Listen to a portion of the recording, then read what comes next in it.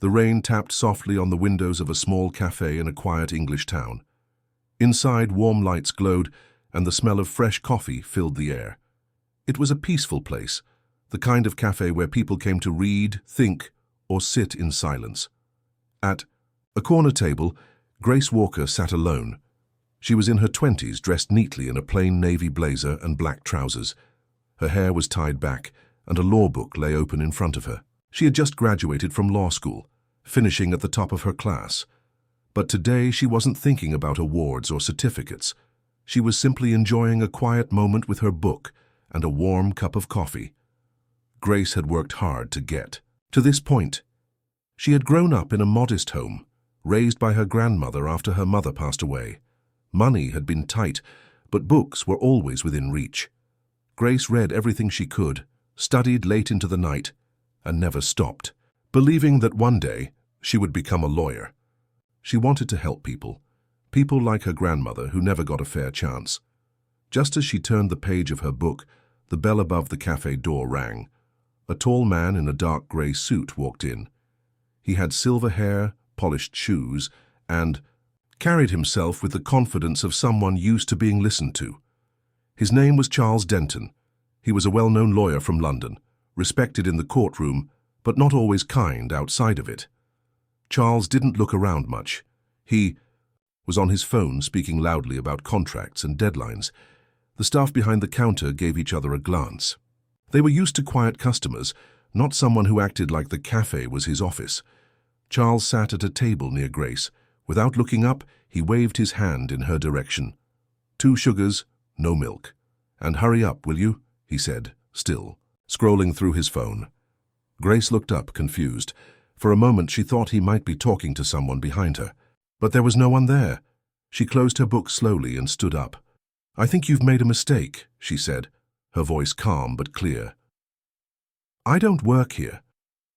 Charles finally looked up. His eyes scanned her, and something shifted in his face. "Oh," he said with a small smirk. "My mistake. You people are everywhere these days."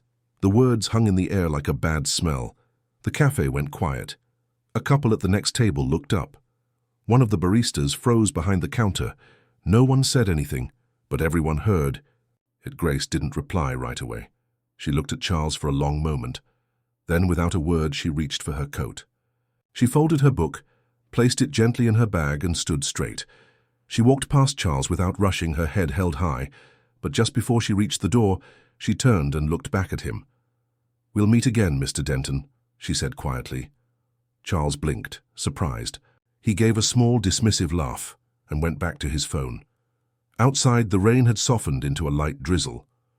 Grace stepped into the street, feeling the cold air on her face. Her heart was beating fast, not from fear, but from something stronger. She had faced people like Charles before. This time, something inside her felt different. She wasn't just going to walk away. She was going to move forward, with purpose. As she walked down the street, the cafe behind her faded into the grey afternoon light. Grace didn't know what would happen next, but one thing was clear. She wouldn't let anyone decide her worth. Not someone in a suit, not someone with a title, and certainly not someone like Charles Denton. She didn't need to raise her voice to make a point. She didn't need to argue in a cafe to prove herself. Her time would come, and when it did, she would be ready. The end. Message of hope. Walk with dignity. Speak with truth. The world sees more than it lets on. A few weeks after the cafe incident, Grace felt more determined than ever to move forward. She had spent days searching for a job at a law firm. Finally, she found an opening at one of the most respected firms in the city. It was a big opportunity. This could be the break she needed to prove herself and make a real difference. She spent days preparing. She polished her resume until it shone. She picked out her best suit, one that made her feel confident and professional. Grace was nervous, but she reminded herself that this was just another step in her journey. She had worked hard for this moment, and she wasn't going to let anything hold her back. On the day of the interview, she arrived early. The office building was sleek and modern, filled with busy people rushing in and out. Grace walked through, the doors with a steady heart. keeping her focus on the goal ahead. She greeted the receptionist and took a seat, trying not to let the weight of the building's grandeur intimidate her. When it was time for the interview, she followed the assistant down a hallway to a conference room. The door opened, and Grace walked inside. She was met by a panel of 3 people. At the center was Charles Denton, the same man who had insulted her at the cafe weeks ago. Grace's heart skipped a beat. For a moment, she stood frozen, unsure whether to turn and walk out. But then she took a deep breath, reminded herself why she was there, and sat down. Charles looked up from his papers and gave her a polite nod. He didn't seem to recognize her at first. Grace smiled, hoping to keep the moment professional. But, as the interview went on, she noticed Charles watching her closely. His eyes seemed to narrow slightly as he listened to her answers. Then something changed. The warmth in his face faded. His questions became sharp and cutting. "Why should we hire someone like you?" he asked, his voice cold. "What makes you different from the other candidates?" Grace felt the sting of his words, but she refused to let him see her discomfort. She answered his questions with calm confidence, despite the growing tension in the room. She was well prepared and she knew her stuff, but Charles wasn't interested in hearing her answer. He dismissed her ideas quickly and asked questions. That seemed designed to make her feel small. He didn't give her a chance to explain herself fully. His body language grew more closed off, and he barely made eye contact. The other 2 panel members looked uncomfortable, but they didn't speak up. When the interview was over, Grace shook their hands politely, though she couldn't shake the feeling that she had been judged unfairly. She smiled and left the room, trying not to let her disappointment show. Later that afternoon, she received an email from the firm. It was short, almost impersonal. "We regret to inform you that we have decided to move forward with another candidate. Thank you for your time." Grace stared at the screen for a long moment, reading the words again. "Not the right fit," the email said. She closed her laptop and sat back in her chair, feeling the weight of the rejection. For a moment, it felt like everything she had worked for had been pointless. But Grace wasn't the type to stay down for long. She had faced rejection before. She had faced worse. And this time, it wasn't going to break her. She knew that life didn't always go the way you planned. Sometimes doors closed, but Grace was determined to find another way in. She didn't let the pain of the rejection stop her. Instead, it lit a fire inside her, a reminder that she could handle whatever came her way. A few days later, Grace decided to take a different path. She joined a small legal aid office that helped people who couldn't afford a lawyer. It wasn't the glamorous job she had dreamed of, but it was meaningful. It was the kind of work that could change lives. She worked long hours, helping people who had nowhere else to turn. She learned more about the struggles of ordinary people than she ever could have in a big firm. Then one day, the office received a case that would turn everything upside down. A group of workers from a local cleaning company came to them with a troubling story. They had been fired without reason, their wages withheld, and many of them had been treated poorly for years. The workers believed they had been discriminated against because of their backgrounds. It was the kind of case that could make a real difference. Grace was assigned to take the lead on the case. She was nervous but excited. This was her chance to prove herself. But when she looked at the name of the company the workers were suing, her stomach dropped.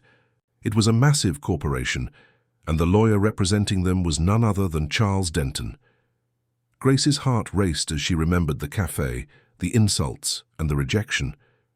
She had always imagined she would face him in a courtroom one day, but now that it was real, the situation felt even bigger. But Grace wasn't afraid. This was her chance to show Charles and the world who she really was. As the case moved forward, Grace poured everything into her work. She researched every detail, spoke to every witness, and worked tirelessly to make sure the workers' voices were heard. She was no longer the young woman trying to prove herself to a law firm. She was now a lawyer with a purpose, and nothing was going to stop her. The end. Message of hope. Even when one door closes, another opens. Keep going, no matter the obstacles. Grace stood quietly at her desk, reviewing her notes one last time. The courtroom was busy with activity, the sound of footsteps and low voices filling the air. She had spent weeks preparing for this moment. The case was important not just for her but for the workers who had been wronged. She could feel the weight of their hopes resting on her shoulders. As she entered the courtroom, Grace took a deep breath. She tried to remain calm, but her heart was racing.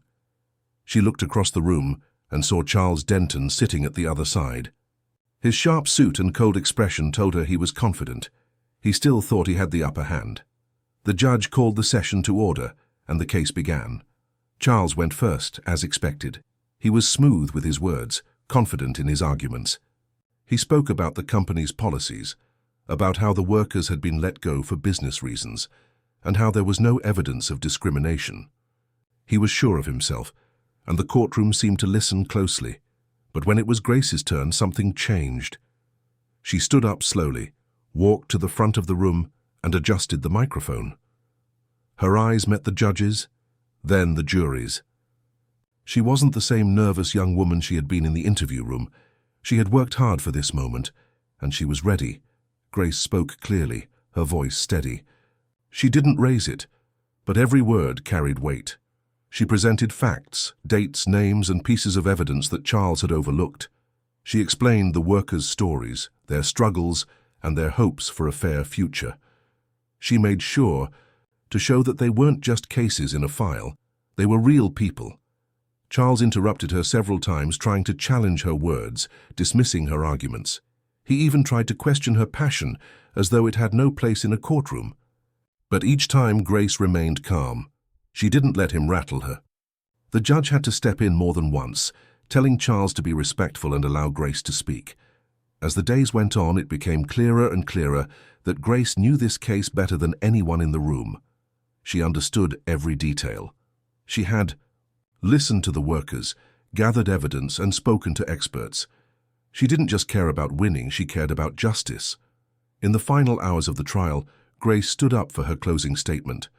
She took a moment to breathe and gather her thoughts. The courtroom was quiet, all eyes on her. This was her chance to make the biggest impact. She started by telling the story of one of the workers, a woman named Eleanor. Eleanor had worked as a cleaner for over 20 years. She had cleaned offices, hallways, and bathrooms without ever complaining.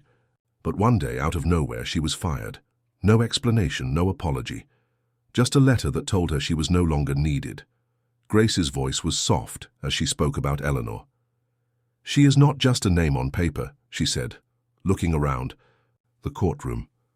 "She is someone who deserves to be seen, to be heard." Grace paused, letting the words sink in. She worked hard every day for years, and when she was suddenly dismissed, no one even looked her in the eye. She is a person, not just a number to be replaced. The room was still. The jury members sat forward in their chairs, their faces thoughtful. The judge looked down at his notes, his fingers tapping lightly on the desk. Even Charles Denton, who had been so confident just days ago, seemed to falter. He looked away from Grace, his jaw tightening as he listened to her words. For the first time in the trial, he didn't have an answer. His silence spoke volumes. Grace's heart beat in her chest, but her hands remained steady. She knew that this was the moment she had been waiting for, the moment when she could make a real difference in someone's life. She wasn't just fighting for a win in court. She was fighting for Eleanor, for all the workers who had been overlooked and dismissed. She was fighting for dignity. Grace finished her closing statement and took a small step back. The courtroom was silent. For a long moment, no one spoke. The tension in the room was thick, as though everyone was waiting for something. Finally, the judge stood up and called for a recess. The jury would deliberate and everyone would have to wait. Grace returned to her seat, her mind racing with thoughts of what would happen next. She had done her best. She had given everything she had when The jury came back, they delivered their verdict, they sided with the workers. The company was ordered to pay a settlement and change its policies to ensure fair treatment for all employees. It was a victory, a real one. But for Grace, it wasn't about the money. It was about showing that people mattered, that their stories were important. As the courtroom emptied, Grace caught Charles's eye. He didn't say anything, but the look he gave her told her everything she needed to know. He had underestimated her, and now he knew better. Grace walked out of the courtroom. With her head held high, her heart full. She had won more than just a case. She had shown the world that kindness and truth could win, even against the odds. The Nduit message of hope. In moments of doubt, remember that your voice matters. Speak with courage, and justice will follow. The jury deliberated for only a few hours before coming to a decision. The room was quiet as they filed back in, their faces serious. When the verdict was announced, Grace felt a wave of relief wash over her. The jury had ruled in favor of the workers. The company was ordered to pay a large settlement and change its policies to ensure fair treatment of all employees. It wasn't just a legal victory, it was a victory for the workers who had suffered in silence for so long. It was a victory for fairness, for dignity, and for people who had been ignored. Grace felt a deep sense of pride as the judge called the court session to an end. The next morning, Grace's photo was on the front page of the local paper. The headline read, "Young Lawyer Wins Big for the Underdog." It felt strange to see her face in print, but the words made her smile. She hadn't done this for recognition. She had done it for the workers, for Eleanor, for all the people who needed someone to stand up for them. Still, it was nice to see the work acknowledged. The victory didn't just stay local. Word spread quickly. Grace's case became a topic of conversation, and Charles Denton's reputation began to take a hit. His firm started getting questions from clients, some of them concerned about his involvement in the case. Journalists began digging into his past, searching for more examples of when he had acted unfairly. Soon, his name was no longer spoken with admiration. Instead, whispers of his arrogance and disregard for fairness started to surface. Months went by and the pressure built. Charles Denton, once a proud senior lawyer, found himself in a difficult position. His clients started to pull away, and his firm began to question his methods. The headlines that had once praised him now pointed to his mistakes. Eventually, Charles was asked to step down from his position at the firm. The humiliation stung, but what hurt even more was the regret he felt deep inside. Grace, on the other hand, continued to work hard in her small legal aid office. She didn't seek recognition. She simply wanted to help more people who needed it. She was proud of the work she had done, but she didn't let it change her. She wasn't interested in fame or status. She was focused on making a real difference, one case at a time. One day, several months after the trial, Grace received a letter. She recognized the handwriting immediately. It was from Charles Denton. She wasn't sure what to expect. The letter was short, but its message was clear. "I remember the cafe," it read. "I was wrong. Thank you for reminding me what the law is meant to be." Grace sat back in her chair, reading the words again. She didn't feel anger or bitterness toward Charles. What he had done in the past didn't matter to her now. What mattered was the change he seemed to acknowledge in himself. She appreciated the apology, but she didn't need it. She had moved on, focused on her work and the people she could help. She folded the letter carefully and tucked it into her drawer, where she kept other important reminders. It wasn't about revenge. It wasn't about proving a point to Charles. It was about doing what was right, and that was enough for her. As the days went by, Grace continued to rise in her career, helping more clients and taking on cases that made a difference. Her work was her purpose, and the satisfaction of knowing she was doing the right thing was more valuable than any victory in the courtroom. Charles Denton's fall from grace had been a painful one, but it was also a lesson in humility. He had spent years believing that the law was a tool to serve the powerful, that winning was everything. But Grace had shown him that the law was meant to serve people, to protect the vulnerable, and to ensure fairness for all. Though Grace never sought out Charles's apology, it gave her a sense of closure. She had faced his arrogance, his dismissal, and his unfairness. She had shown him that kindness, dedication, and truth could win in the end. The letter was the last piece of the puzzle. Grace had come full circle, from the young woman in a cafe being insulted to the lawyer who had changed the course of a case, a community, and, ultimately, a person's life. As she sat in her office, looking out the window at the busy street below, Grace smiled softly to herself. She had made it. Not by fighting back with anger, but by staying true to her beliefs and doing what was right. The end. Message of hope. True strength lies in doing what's right, even when it's not easy. Stand firm and let your actions speak louder than flatwords. A year had passed since the trial that had changed everything for Grace. Her career had grown, and she had found herself teaching part-time at a local university. The students listened to her eagerly, hanging on every word she said. Grace had always been a teacher at heart.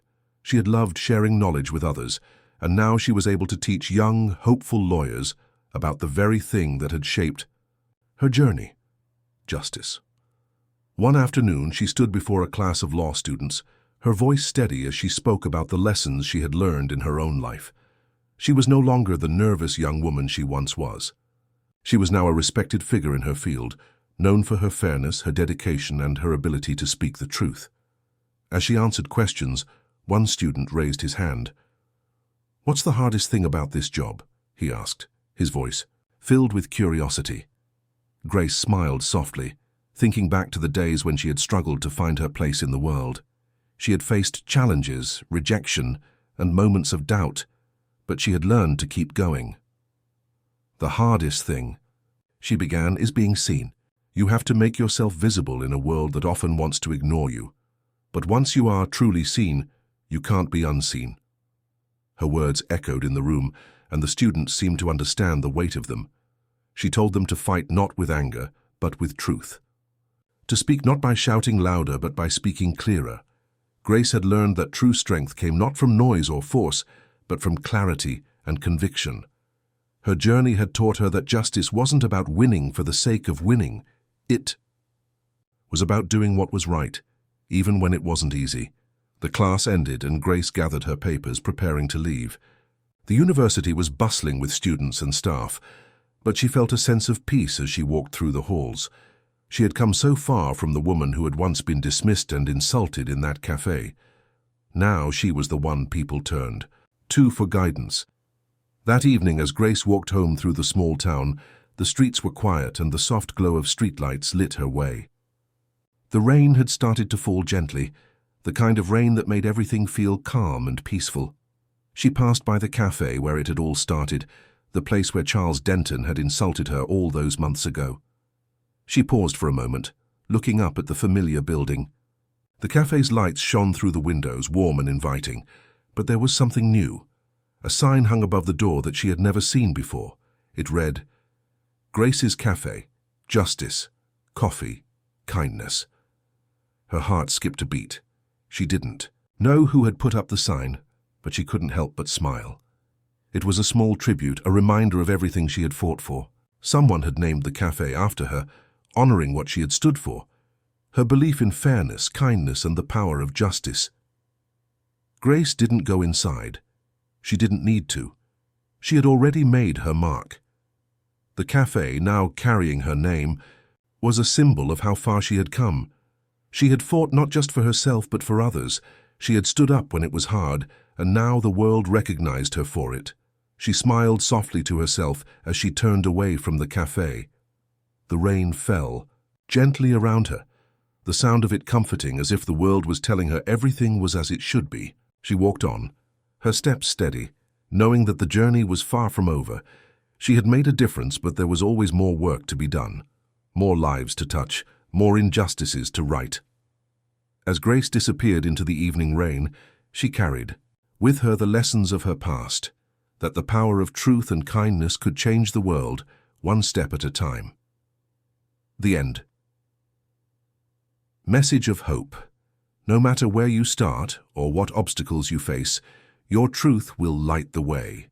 Keep walking forward, and the world will see you for who you truly are.